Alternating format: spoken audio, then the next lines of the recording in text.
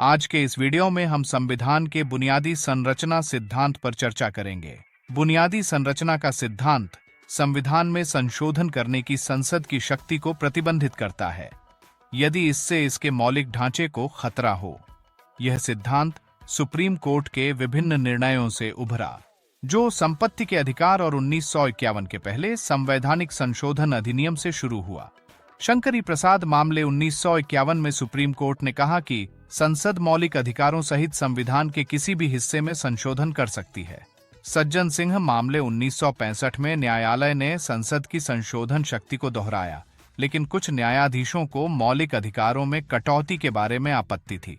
गोलकनाथ मामले 1967 में अदालत ने पिछले फैसलों को पलट दिया और यह निर्णय दिया कि संसद स्वतंत्र रूप से संविधान में संशोधन नहीं कर सकती।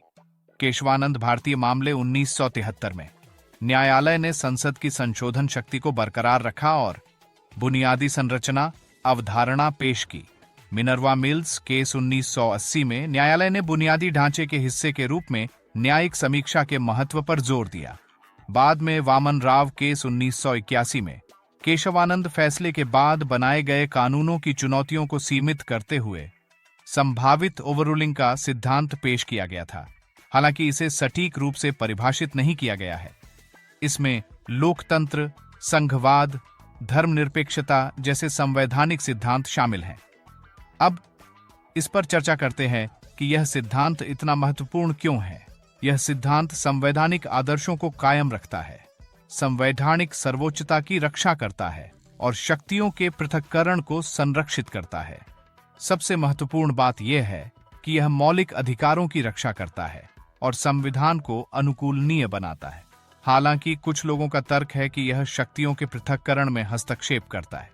बुनियादी संरचना की सटीक परिभाषा की कमी से अस्पष्टता पैदा होती है, जिससे इसके घटकों को स्पष्ट रूप से पहचानना चुनौतीपूर्ण हो जाता है।